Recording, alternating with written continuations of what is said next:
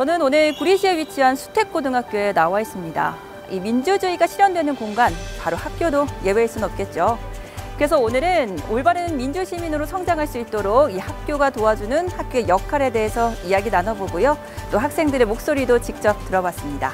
자, 그러면 열린 민주주의 교실 지금 시작합니다.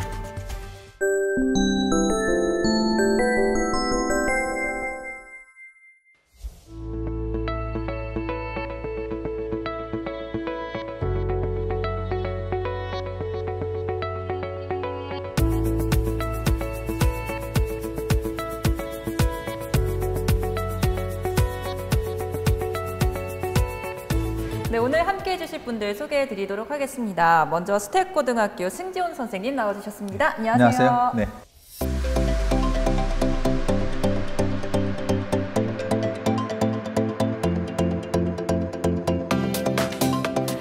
네, 그리고 또 서울시 평생교육자문위원인 배화여대 박성민 교수님도 나와주셨어요. 안녕하세요. 안녕하십니까. 네, 반갑습니다.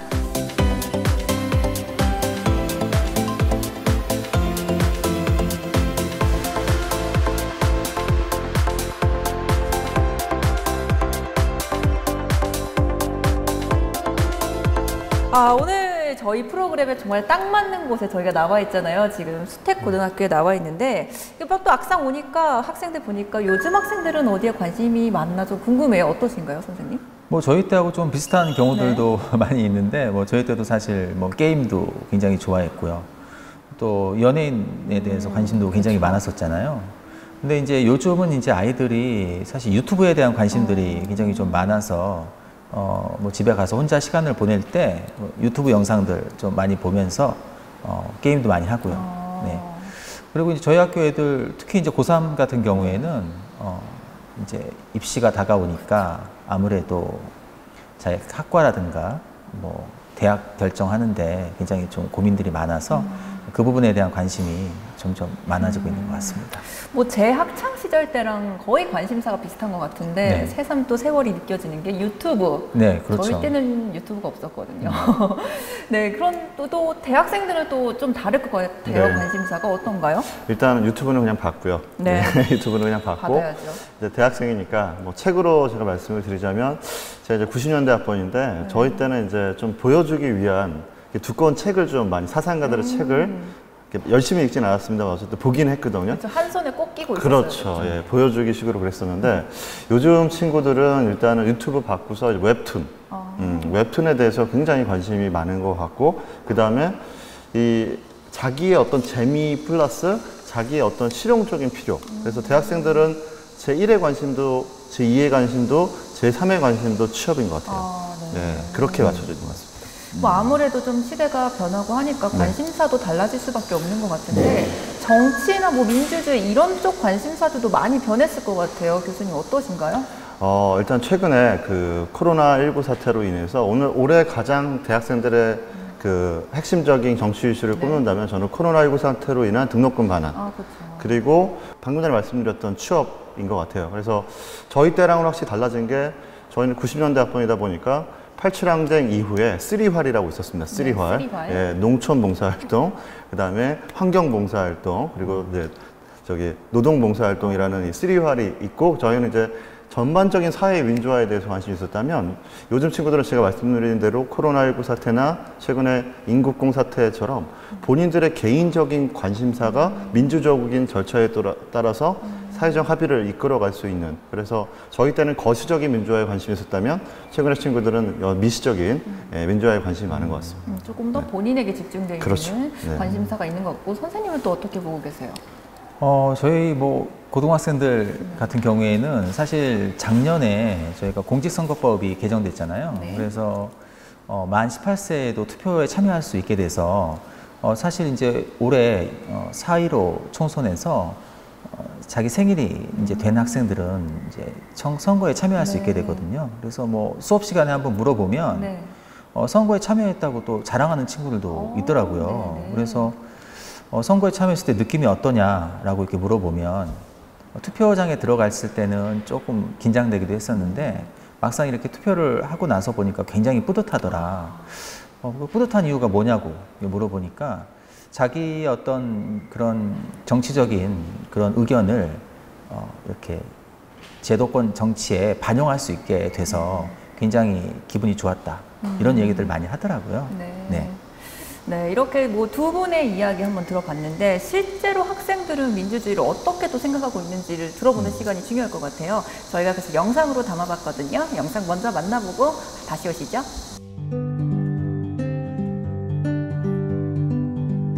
평소에는 너무 당연해져서 이제는 잘 느끼지 못하다가 근현대사 책 볼 때면 아 이거 되게 값진 거구나, 이거 되게 힘들게 얻은 거구나 하고 느끼게 되는 거예요. 민주주의 또한 우리를 안전하게 지켜주고 있다고 저는 생각하기 때문에 우리 자신이 사회에서 권력을 가지고 그 권력이 침해당하지 않도록 하고 그 권력을 행사할 수 있도록 하는 제가 살아가는 사회의 방향 또는 내일의 모습을 결정할 수 있는 권리를 가진 것이라고 생각합니다.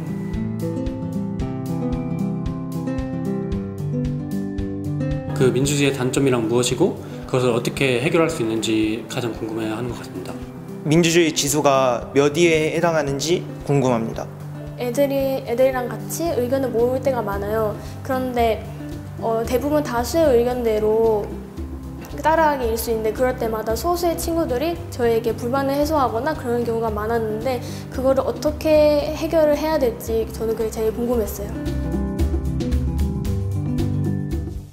네, 이렇게 좀 영상 또 보고 오니까 학생들이 뭐 생각보다 다양하고 좀 그 가치관이 다른 느낌이 들어요.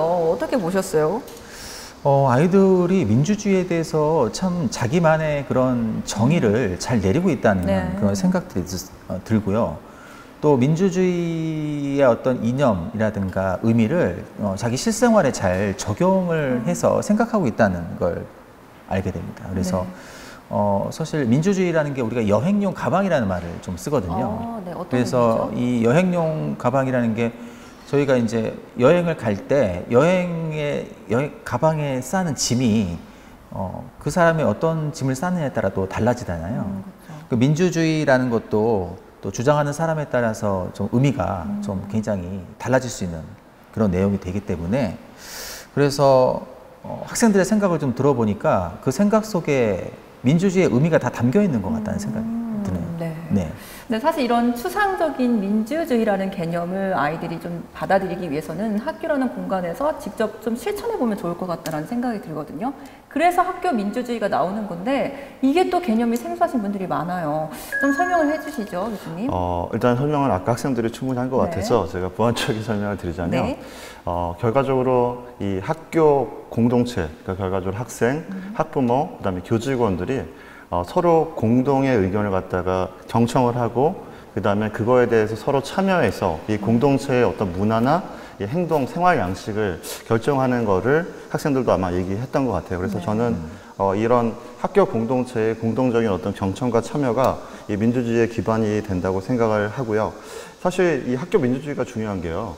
이 친구들이 이제 곧 졸업을 하면 사회에 나오지 않습니까? 근데 이 친구들이 학교에서 이 학교 민주주의를 경험하지 못한다면 사회에 나와서도 굳어 있을 수밖에 없어요. 그러니까 이 커뮤니케이션 이론에서 이제 침묵의 나선형 이론이라는 게 있지 않습니까? 그러니까 침묵 속에서 군중이 누군가 얘기하지 않겠지라고 얘기하다가 누군가 한 명의 의견이 전체의 의견이냐 몰아져가는 게 침묵의 나선형 이론인데 이 마찬가지로 우리 사회에서 저희 때와는 다르게 학생들이 지금 얘기하는 것처럼 이렇게 적극적으로 참여해주는 어떤 민주적인 어떤 절차에 대한 선행학습이 이루어진다면 우리 사회도 좀 더 민주적인 공동체로 발전을 할 것이기 때문에 저는 이 학교 민주주의의 정의와 더불어서 학교 민주주의의 중요성을 다시 한번 저희 사회 구성원들이 같이 생각을 해봐야 될 필요성이 있다고 생각합니다. 그렇죠. 학교에서 미리 연습을 한다. 그렇죠. 이렇게 보면 될 것 같은데 근데 학교 민주주의가 나오면 항상 따라붙는 말이 또 학생 자치, 이런 자치라는 말들이 따라붙잖아요. 이게 좀 밀접한 연관이 있나요? 그러니까 학교 자치, 학생 자치, 이게 이제 결국은 학교 민주주의의 연결고리라고 생각이 되고요. 일단 학교가 학교 교육과정 운영에 대해서 권한을 가지고 또 그 구성원인 학생, 교직원, 학부모가 학교 교육과정을 구성하고 또 운영하고 평가하고 또 그 결과에 대해서 또 책임을 지는 것, 이게 바로 이제 학교 자치가 되는 거고요.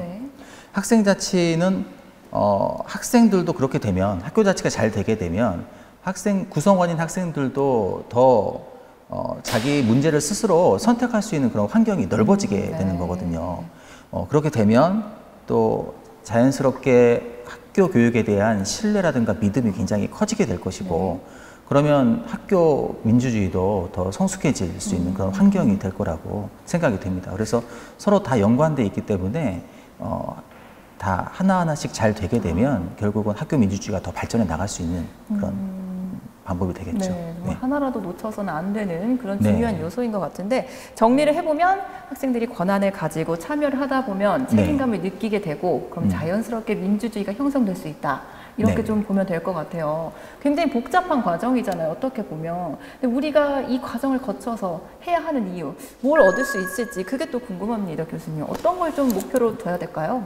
일단은 뭐 많은 거를 얻어가려면 그렇겠죠. 기본적으로 데이터가 되게 중요한 것 같아요. 그러니까 지금 말씀하셨듯이 되게 복잡한 과정이고 여러 가지 의견이 있기 때문에 그거를 갖다가 같이 공유할 수 있는 데이터가 필요할 것 같은데 아마 수경 선생님 아시고 계시겠지만 경기도 교육청에서 2015년부터 학교 민주화 지수라는 거를 조사를 해서 발표를 하고 있어요. 단위 학교별로. 그러니까 이거를 쉽게 말씀드리자면 지금 대한민국에 이제 잘 나가는 대기업에서 GWP라는 지수를 만들었어요. 그래서 그레이트 워크플레이스 지수를 해서 얼마나 위대한 직장인지, 그 다음에 요즘에 유행하는 워라밸 지수, 그런 것들을 이제 조사를 하는데 사실 이 경기도 교육청이 학교 민주화 지수나 처음에 GWP 지수나 워라밸 지수가 처음에 할 때는 사람들한테 크게 이거 왜 필요하지? 맞아요. 뭐 이런 불필요한 조사를 왜 하지라고 생각을 했는데 결국 사람들은 집중을 할 수밖에 없는 데이터가 생기면 그 데이터에 집중을 하게 됩니다. 그리고 그러면서 사람들이 점차로 이제 관심이 얻어지면서 우리 조직의 어떤 민주적인 절차나 민주적인 문화나 어떤 이런 것들을 갖다가 보고서 그러면 어떻게 개선해야 되지라는 인식 개선이 행동 변화로 이어지게 되는 거예요. 그래서 저는 이 말씀하신 이 얻을 수 있다는 거를 좀 더 우리가 강하게, 그러니까 신뢰나 이런 믿음의 차원이 아니라 그 이상의 차원으로 나가려면, 그 이상의 효과가 있으려면 그런 데이터를 공유했을 때 좀 더 구성원들의 전체적인 어떤 민주적인 공감대 형성에 굉장히 도움이 될 거라고 생각을 합니다. 내가 잘하고 있는지를 조금 수치화할 수 있으면 그렇죠. 더 이렇게 다가가기 쉽겠네요. 그렇죠. 그러면 실제로 현장에서 이제 네. 그런 학교 민주주의를 실천했을 때 좀 얻을 수 있는 효과 같은 거 느끼신 게 혹시 있으실까요? 사실은 이 학교 민주주의가 정말 제대로 이루어지게 되면 저희가 정말 행복한 학교를 만들 수 있는 개념이 되겠죠. 교사도 아침에 출근할 때 정말 행복하고 기분 좋고요. 또 학생들도 학교 등교할 때 정말 우리 학교 좋은 학교다 라고 생각을 하고 또 학부모도 또 학생들을 보내면서 내가 이렇게 뭔가 요구하는 게 있으면 또 학교에서는 이런 부분들을 또 잘 받아들여 주는구나 라는 그런 학교에 대한 어떤 믿음이라든가 신뢰를 갖게 되거든요. 그런 부분이 이어지게 되면 또 교실에서는 선생님들은 행복하게 또 수업을 할 수 있고 그럼 그 행복한 수업이 아이들한테 전해지게 되면 또 아이들도 행복한 학교 생활을 하는 데 도움이 되고요. 또 그런 행복감을 가지고 학생 자치활동도 활발하게 할 수 있을 것이고 또 그런 자치활동을 활발하게 하는 모습을 보면서 학부모님들도 또 그 학교에 대해서 또 만족하고 또 행복해 하시지 않을까 그런 생각이 듭니다. 뭔가 이렇게 물꼬를 딱 터주면 이렇게 다 유기적으로 연관이 되는 듯한 그런 느낌이 드는데 선생님은 지금 학교 오신 거 행복하시죠?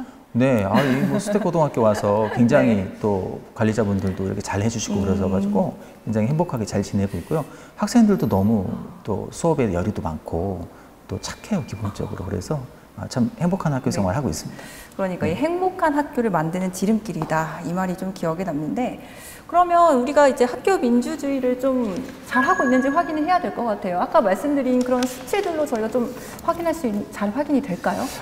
일단 처음에는 관심이 2015년도부터 시작될 때는 사실 1, 2년에는 좀 퍼지는 기간이 필요한데요. 이제 본격적으로 2018년 때부터 데이터를 보면 이게 지금 서로 행복해지려고 사실 이게 조사를 하는 거거든요. 그래서 학생하고 학부모는 23개 문항, 그리고 교직원은 이제 37개 문항으로 지금 구성이 되어 있는데 이게 문제점을 발견하는 게 아니라 지금 선생님이 말씀하신 대로 우리 학교의 어떤 학교 문화나 학교 구조나 그다음에 민주주의 교육 실천 이 3개 항목을 가지고서 우리가 어떻게 하면 좀 더 행복해질 수 있을까에 대한 실천 개선에 대한 데이터를 확인하는 거거든요. 근데 말씀드렸지만 처음에는 이렇게 별로 많이 관심이 없다가 그렇죠. 시간이 가면 네. 관심을 갖게 되기 시작한 게 이제 2018년 정도라고 보는데 그거를 가지고서 이제 움직이기 시작한 게 뭐냐면 공감 토론이라는 걸 시작해요. 네. 그러니까 저희 때는 사실 선생님이랑 이렇게 토론을 한다는 것 자체가 아무래도 80년대 후반, 90년대 초반에 이제 고등학교 생활한 저로서는 굉장히 불가능한 어려운 일이었는데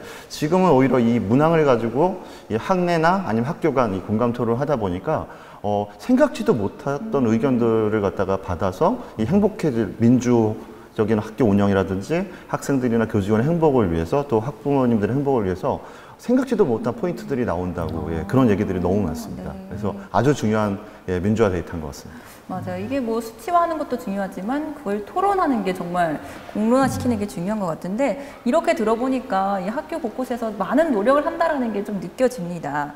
자, 그러면 진짜 이 학교 민주주의를 직접 접하는 우리 학생들은 어떻게 생각을 하고 있는지 저희가 또 영상으로 담아봤거든요. 만나보고 오시죠.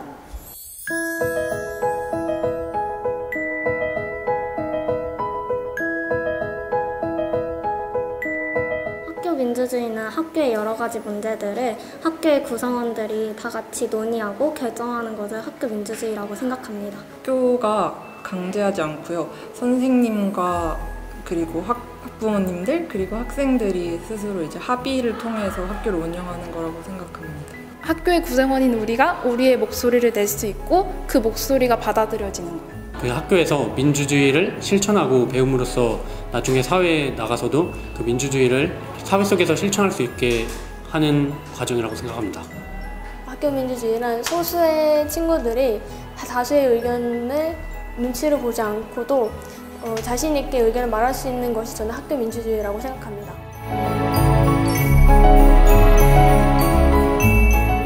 저희 학교가 학기 말에 학생이랑 선생님이랑 학부모님들이 모여서 다 같이 대토론회를 여는데요. 거기서 학교에 개선할 점이랑 또는 안건들을 같이 토론하고 결정하는 것을 보고 학교가 민주적이라고 생각했습니다.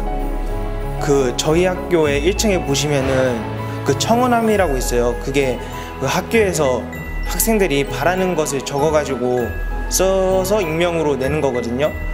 그래가지고 그거를 적어가지고 학교 측에서 저희의 의견을 수렴해가지고 학교 정책에 세워주는 것이 민주주의와 적합하다고 생각합니다. 영상 보고 왔는데요. 어떻게 학생들의 대답 이렇게 좀 답변이 됐을까요, 선생님? 생각보다 굉장히 그 민주주의에 대해서 그 고민이 많고 또 자기만의 의견들을 잘 제시를 하는 것 같아요. 깜짝 놀랐는데요. 사실 이제 민주주의라는 게 내 생각만 그렇게 주장하는 게 아니라 다른 사람의 의견을 경청하고 존중하는 태도가 굉장히 중요한데 그런 점을 굉장히 잘 알고 있는 것 같아요. 그래서 학생들이 정말 절실히 이 현장에서도 학교 민주주의를 원하고 있는 게 이 인터뷰 영상에서 정말 잘 느껴지는데요.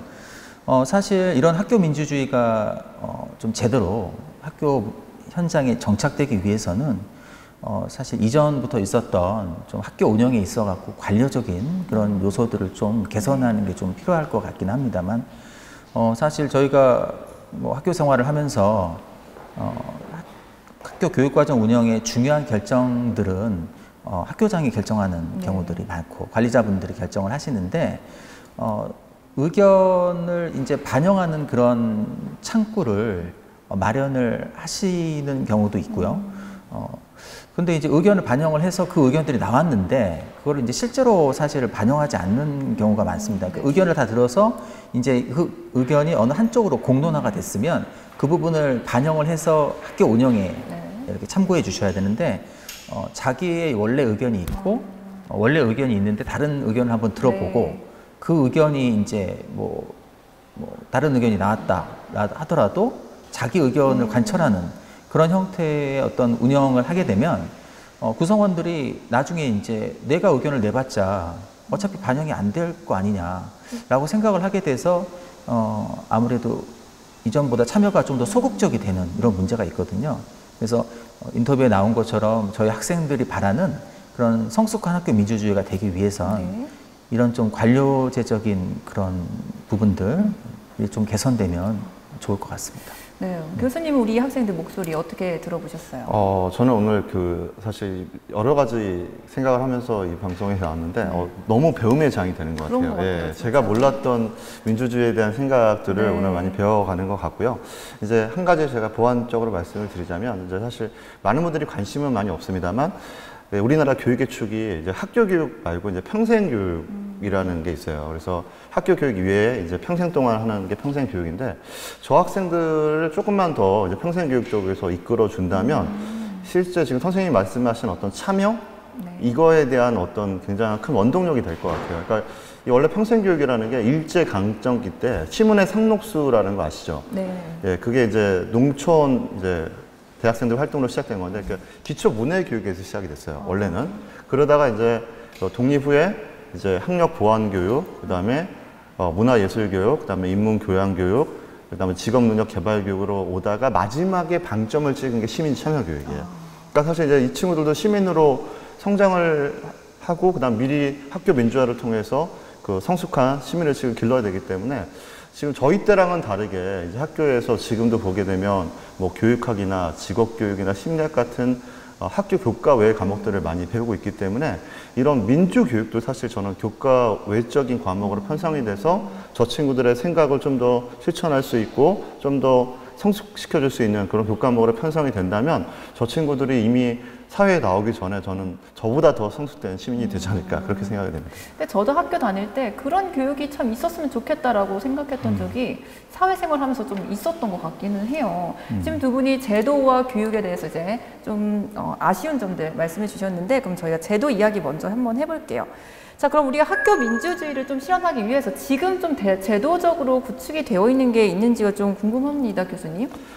일단은 지금 리더십 교육이 많이 이루어지고 있어요. 아까 선생님이 이제 학교장 말씀을 하셨는데, 제가 이제 2012년도부터 이제 서울교육청하고 경기도교육청의 교장교감 승진교육에 이제 강의를 들어가 보면, 사실 이제 2015년 전으로 조금 나눠져요. 그러니까 2015년 전에는 교장 선생님들이 이 리더십에 대해서 굉장히 관심이 많은데, 그 리더십은 뭐냐면 거래적 리더십이라는 거예요. 그러니까 내가 뭔가를 해줬을 때, 그러니까 나의 부하 직원이나 후배 교사들한테 뭔가를 해줬을 때 어떻게 반응하는지를 보고서 이제 보상을 해주는, 그러니까 서로 거래가 이루어지는 거래적 리더십인데, 이거 사실 이제 권위주의에서 많이 나오는 이제 리더십 유형이거든요. 근데 이 학교의 승진자 교육도 좀 달라진 게 2015년 넘어가면서부터는 이 선생님들한테, 이 교장교감 선생님들한테, 승진자분들한테 이 라포, 그러니까 심리적인 어떤 친밀감을 형성시키는 그런 교육들을 좀 넣고 있어요. 그래서 그 이후로 이제 교장교감 선생님들이 관심을 갖는 걸 보게 되면 굉장히 실제적인 어떤 리더십 훈련을 많이 하려고 그러세요. 그래서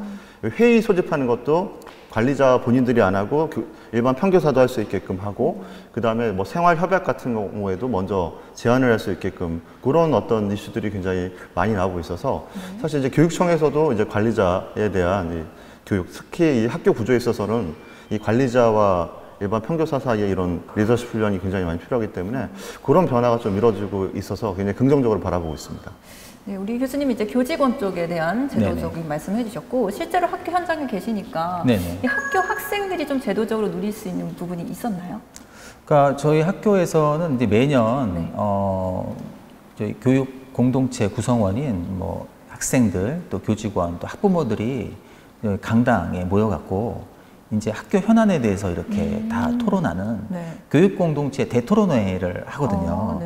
그래서 이거는 이제 주제가 결국은 학교 민주주의에 관한 내용입니다. 결국 행복한 학교 만들기거든요. 그래서 행복한 학교를 만들기 위해서 여러 가지 어떤 방안들이 또 이제 서로 이제 의견을 내서 소주제를 만들고, 그 소주제에 따라서 이제 모둠을 구성해요.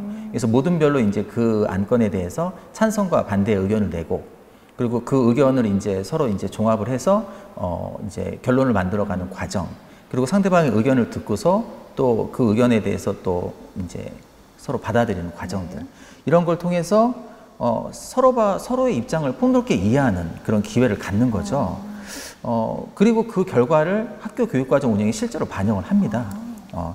그래서 이렇게 구성원들이 자율적으로 이렇게 참여하는 그런 제도가 결국은 새로운 학교 문화를 만들게 되는 거고, 그런 새로운 학교 문화가 학교 민주주의로 결국 이어지는 게 아닌가, 그런 생각이 들어서 굉장히 구성원들도 그런 행사가 있을 때마다 기대하고 또 설레는 마음으로 네. 준비하고 있습니다. 그러니까 자기의 의견이 학교 운영에 직접 반영이 되는 걸 눈으로 확인을 하면 네. 아이들도 굉장히 즐거워서 더 참여를 할 것 같은 생각이 들어요. 네. 자, 그럼 이런 제도들을 통해서 아까 대토론회 이런 제도를 통해서 직접적으로 좀 변화된 걸 네. 기억에 남는 게 있으신가요? 학교 행사의 꽃이라고 할 수 있는 네. 게 바로 학교 축제거든요. 아, 중요하죠. 근데 축제가 사실 저희 때 같은 경우에는 네. 축제 주관 부서에서 이렇게 담당 선생님이 주관을 하고 그 담당 선생님의 어떤 그런 방침이라든가 학교 방침에 따라서 이제 부스를 마련을 하고 그 부스에서 이제 여러 가지 행사들을 하고 뭐 공연이라든가 이런 것들도 학교 주도하에 이루어졌거든요. 근데 이제 요즘은 학생 중심 학교 축제가 이루어지고 있거든요. 그래서 예전 같은 경우만 해도 사실 뭐 무대를 마련한다고 하더라도 사실 끼가 좀 있고 좀 뭔가 예능감이 있는 그런 친구들이 네. 나가서 이제 무대를 장식했다고 하면 학교 축제를 학생회 중심으로 기획을 하거든요. 그래서 학생회가 모든 학생들이 다 참여하고 모든 학생들이 다 주인공이 될 수 있는 그런 학교 축제를 만들기 위한 노력들을 굉장히 많이 하고 있고 그런 행사를 진행하는 과정에서 사실 기성세대인 저희들이 전혀 예상하지 못했던 굉장히 기발하고 창의적인 그런 코너라든가 또 사회의 어떤 그 시류를 반영하는 또 비판적인 그런 부스들 또 행사들도 마련이 되고요. 그래서 그런 걸 보면서 우리 아이들이 이렇게 잠재력이 정말 풍부하구나. 그리고 또 학교 민주주의가 조금씩 성숙해 가면서 아이들도 축제를 통해서 자기의 의견을 또 이렇게 간접적으로 또는 직접적으로 제시할 수 있는 방법을 알아가는구나 라고 해서 그런 행사를 보면서 굉장히 뿌듯함을 느끼고 있습니다. 축제가 그냥 노는 장이 아니라 자신의 네. 의견을 표출할 수 있는 하나의 장으로 네네. 만들어져 가고 있는 거네요. 네. 네, 이렇게 제도적인 이야기 나눠봤는데 뭐 아쉬운 부분은 분명히 존재하지만 또 곳곳에서 열심히 노력하고 있다라는 게 느껴집니다. 자, 다음은 교육 과정에 대해서 좀 이야기를 나눠볼게요. 이 학교 민주주의를 좀 더 꽃피우기 위해서 어떤 교육 과정이나 교수 과정이 필요할지 좀 궁금하거든요. 네. 선생님부터 좀 부탁드릴게요. 일단 교수학습 방법 측면에서는 사실 교실 현장에서 이제 수업을 개선하는 게 좀 필요할 것 같아요. 그래서 학생들이 자기 의견을 좀 주체적으로 표현하고 다른 학생들과 협력해서 문제를 해결할 수 있는 그런 참여형 형태, 협력형 수업이 이루어질 수 있도록 노력을 해야 되는데 그러기 위해서는 토의식 수업이라든가 토론식 수업 이런 것들을 많이 활용할 필요가 있을 것 같습니다. 그냥 강의식 수업처럼 앉아서 듣다 보면 필연적으로 아이들이 수업에 졸게 되거든요. 그렇죠. 그러니까 자기가 뭔가 활동할 수 있는 여지를 좀 줘야 돼요. 그래서 아이들한테 프로젝트형 수업이라고 해서 프로젝트를 좀 주고 일상생활에서 그걸 해결할 수 있는 형태의 과제를 주면서 아이들을 이거를 이제 수업 시간에 또 해결할 수 있게 단서를 좀 주는 수업들을 좀 많이 하게 된다면 좀 효과적이라고 생각이 되고요. 그리고 교육과정 적용 측면에서도 마찬가지로 학생 참여형 교육과정이 좀 필요합니다. 수업 제안서라는 거를 만들어서 이런 수업을 좀 해주세요라고 이제 학생들이 이제 학교에 요청을 하게 되면 학교에서 이제 그것을 이제 보고서 좀 반영을 해서 선택 효과를 개설할 때 그런 것들을 이제 실제로 학생들이 이러한 과목들을 원하니까 우리가 이런 과목들을 좀 개설해 줘야겠구나 해서 선택 효과 개설을 이제 학생들한테 이제 물어볼 수 있고요. 결국은 이런 학교 교육과정 편성을 하거나 운영을 할 때 학생들의 의견을 물어서 그 학생들의 의견이 반영된 그런 형태로 교육과정을 편성하게 되면 굉장히 효과적이고 또 학생들이 또 학교에 대한 신뢰를 또 가지게 되는 그런 방법이라고 생각을 합니다. 네. 네. 그럼 또 교수님도 어떤 방법이 있을지 한번 좀 소개해 주시죠. 일단 제가 21년 만에 네. 교생 실습 이후에 처음 21년 만에 고등학교에 다시 왔거든요. 그래서 네. 대학 말고 이 학교 민주주의니까 고등학교에 초점을 맞춰서 네. 말씀을 드리자면 지금 선생님 말씀하신 게 이제 참여식 교수 중심의 교수 방법이 아니고 이제 참여식 교수 방법인데 그 참여식 교수 방법 중에서 사례 연구라는 방법이 있어요. 이제 우리나라에서는 많이 택해지지 않는 교수 방법인데 이거는 한 가지 문제만 사례를 택해서 하는 거는 이제 단일 사례 연구. 그다음에 두 가지 사례 이상을 갖다가 택해서 연구해 보는 거를 이제 복합 사례 연구. 그다음에 그 문제에 대해서만 토론해서 연구하는 것을 본질 사례 연구, 그리고 확대해서 해석하는 것을 도구적 사례 연구라고 하는데, 이거는 지금 선생님이 말씀하신 대로 이 교수자가 아니고 학습자의 참여에 의해서 많이 진행이 되고, 그 사례의 어떤 선택도 학습자가 만들어서 하게 되거든요. 사실 이 민주화라는 것도 다양한 어떤 의견들이 존재하기 때문에 그것을 교수자가 전달하는 것보다는 이런 참여형 교습 방법이 하나인 어떤 사례 연구를 통해서 학습자가 이 사례를 정해서 학습을 해나가도록 하는 게 좋을 것 같고요. 그러기 위해서는 말씀하신 대로 지금 우리나라의 중고등학교 교육과정은 굉장히 보편적이고 교수자 체제 중심의 교육과정이거든요. 획일화되고, 물론 뭐 15% 정도의 어떤 커리큘럼 편성권이 요즘 학교에 넘어가 있는 건 다행인데, 보다 이런 사례 연구 같은 학생 참여형 교수 방법이 활성화되기 위해서는 그런 획일적이고 보편적인 교수 방법을 좀 벗어나서 학교에 좀 더 커리큘럼의 편성에 있어서 자율권을 주면 저렇게 똑똑한 학생들이 더 민주적인 어떤 실천을 할 수 있는 행복한 학교 공동체를 만들 수 있지 않을까 생각이 됩니다. 두 분이 지금 공통적으로 말씀해 주시는 게 교육과정에서만큼은 참여, 선택, 이런 여지를 좀 줘야 된다라는 말씀을 해주신 것 같아요. 그러면 저희가 해외에서 좀 우수 사례를 찾아볼 수 있을 것 같은데, 해외에서 이 학교 민주주의 좀 본받을 수 있는 사례가 있다면 한 가지씩 좀 소개 부탁드립니다. 일단 이 질문을 받으면 거의 우리나라의 교육자들의 90%는 영국이나 북유럽 사례를 그렇죠. 말씀하실 거예요. 네. 아마 우리 가까이 우리랑 비슷한 문화를 가지고 있으면서도 그 시민들의 시민 참여가 적은 일본. 사실 일본이 그 언론의 자유화 정도나 어떤 정권의 어떤 민주화 정도를 보게 되면 항상 한국보다 밑에 있어요. 관료적이라고 알고 있잖아요. 그렇죠. 네. 그래서 굉장히 안타까운 사례인데, 그 중에서 그래도 덜 관료적인 데가 어디냐면 일본 홋카이도예요. 이 홋카이도는 뭐 메이지 유신 때 일본 영토가 되긴 했습니다만, 이 홋카이도는 이 고등학교에 그 바쁜 입시, 우리랑 동일한 입시가 있음에도 불구하고 2시간 정도의 특별 활동 시간을 매주 부여를 해요. 근데 그거의 주요 활동 내용을 보면 학생 자치, 아까 말씀하셨던 학생 자치, 학생회 활동에 대한 건데, 이 홋카이도의 학생회는 우리나라처럼 회장, 부회장만 선출직이 아니고, 뭐 예를 들어서 오락부장, 생활부장 이런 것도 다 선출직이에요. 그리고 우리한테 없는 선출직이 하나 있어요. 감사. 우리의 국회격이죠. 그래서 이 학생회 활동을 할 때 학생회 간부들이 나와서 여러 가지 의사결정 사항을 얘기를 하고 학생회 활동을 보고한 다음에 감사가 이제 진행을 해서 이제 학생들이 찬반 투표를 해서 의사결정을 하고, 뭐 학생회 간부 교체까지 들어줘요. 일종의 국민 소환 제도가 운영이 되는, 아주 파격적이더라고요. 근데 이 홋카이도의 이런 학생 자치 활동이 실제적으로 지역사회 변화를 일으킨 게요. 일본은 편의점 왕국이잖아요. 일본의 이제 편의점 1, 2위가 이제 그 패밀리마트하고 로스원이거든요. 근데 홋카이도만큼은 달라요. 홋카이도는 홋카이도 고유의 편의점인 세이코마트라는 게 있어요. 이게 왜 1위를 차지했냐면, 학생들이 간식이라든지 도시락 같은 경우에를 홋카이도 특산물이나 홋카이도 음식으로만 채워서 이 세이코마트에서 주문을 하거든요. 그리고 그 친구들이 이제 사회에 나가서도 세이코마트를 이용하기 때문에 이상하게 이 홋카이도만큼은 이 지역 로컬 편의점이 1등이거든요. 그러니까 학생의 자치 활동이 지역사회도 바꿔 넣을 정도로 그런 훈련이 이루어졌어요. 그래서 저는 앞으로 우리도 우리랑 비슷한 문화를 가지고 있지만 학교 내에서 훈련이 밖으로도 실천적으로 이어지면 좀 더 많은 민주적인 변화를 일으킬 수 있지 않을까, 그런 생각이 듭니다. 역시 사례를 들으니까 머리에 더 쏙쏙 들어오는 느낌이 드는데, 우리 선생님 어디 북유럽으로 갈까요? 네.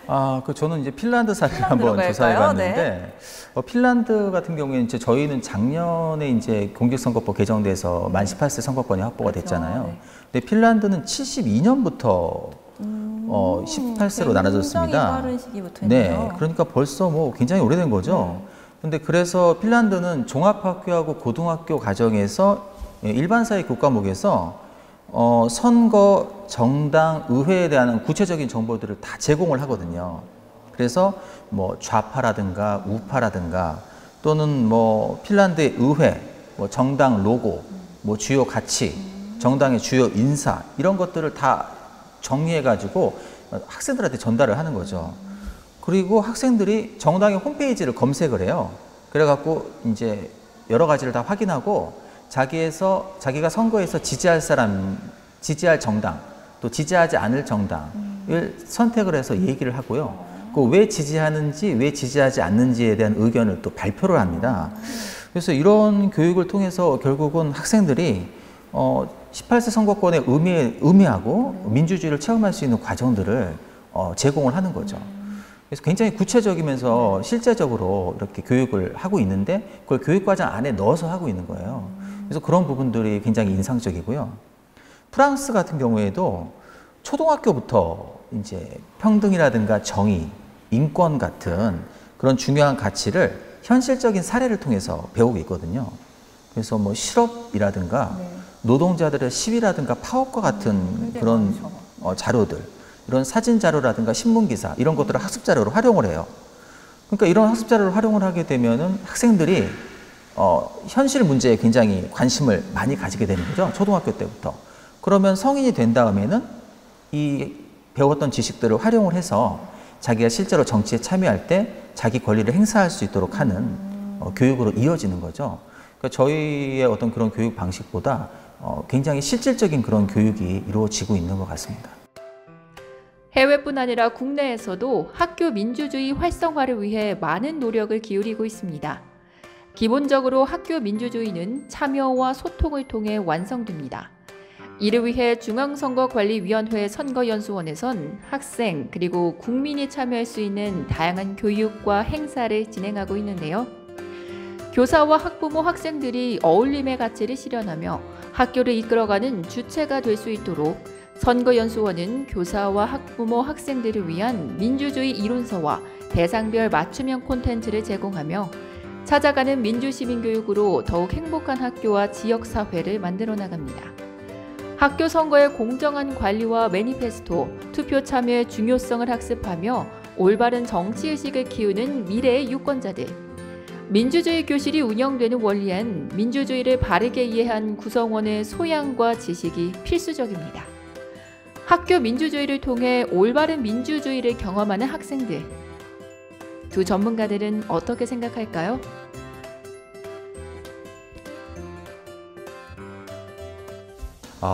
일단은 제가 저도 두 딸의 아빠로서 학교 공동체에서 전 두 가지 역할을 하고 있어요. 일단 학교 공동체가 학생, 그리고 학부형, 그리고 교직원 이 세 가지 축으로 이루어지는데 저는 일단 딸의 아빠로서 학교 공동체에 학부모로서 참여를 하고 있고요. 그리고 저는 대학에서 이제 교직원으로 두 가지 역할을 하고 있는데 제가 이 두 가지 역할을 하면서 되게 잘한다고 착각을 했었는데 최근에 이제 그 딸이 중학교를 가면서 이제 제가 그 딸을 이해하지 못하는 부분들이 많이 생기다 보니까 제가 요즘 느끼는 게 뭐냐면 제가 과연 저는 잘한다고 생각했지만 이 학교 민주주의의 그 마지막 한 축이고 가장 중요한 축인 학생의 시각을 과연 이해하고 있었느냐 그런 거에 대해서 굉장히 많은 생각을 하게 됐어요. 그래서 저는 생각해보면 그 딸의 입장에서 생각을 못 해본 거예요. 그래서 저는 결국 찐 친구가 못 된 거죠. 요즘 유행하는 찐 친구가 못 된 거예요. 저 혼자의 착각이었던 거예요. 그래서 저는 끝으로 드리고 싶은 말씀은 뭐냐면 학교 민주주의가 어떤 방향으로 나가든지 간에 기반은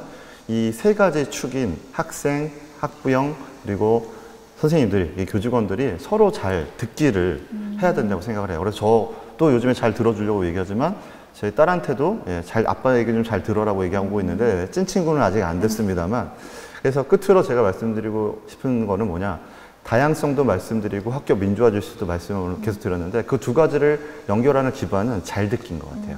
근데 꼭 드리고 싶은 말씀은 학부모님들이나 교직원 선생님들이 제발 베프 듣기만 하시지 베프나 아니면 라떼 이 얘기는 안 하시고 그렇죠.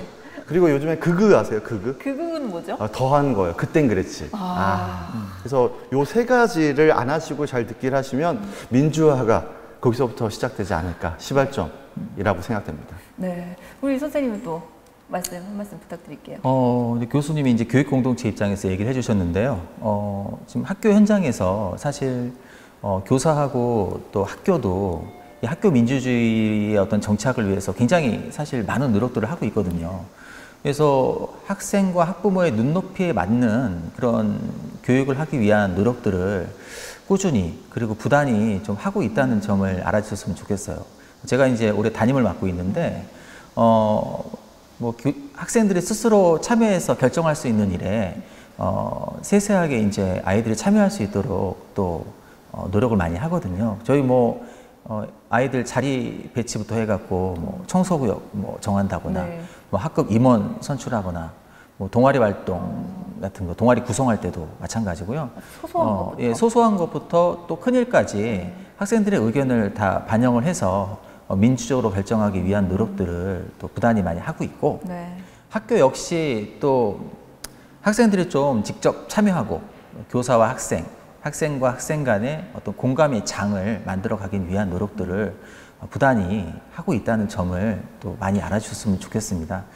아이들이 행복한 학교, 부모님들이 또 행복한 학교, 교사가 한 행복한 학교를 만들기 위해서 부단히 앞으로도 좀 노력할 테니 따뜻한 시선으로 좀 바라봐 주셨으면 감사하겠습니다. 네, 이렇게 두 분 말씀 들어보니까 이 뭐 민주주의라는 게 크게 뭐 시작하는 게 아니라 잘 듣고 또 참여를 유도해서 또 그 의견을 반영해 주는 거, 이런 유기적인 과정이 꼭 필요하지 않나 싶습니다. 네, 오늘 정말 좋은 말씀 감사합니다. 나와주셔서 감사합니다.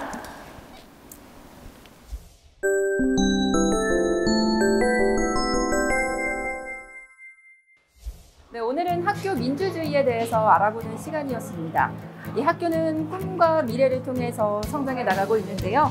우리 학생들이 학교에서 참여를 통해 꿈을 키우고 또 공감을 통해 미래를 그려나갈 수 있도록 우리 사회가 학교 민주주의에 대해서 더 큰 노력과 관심이 필요할 것 같습니다.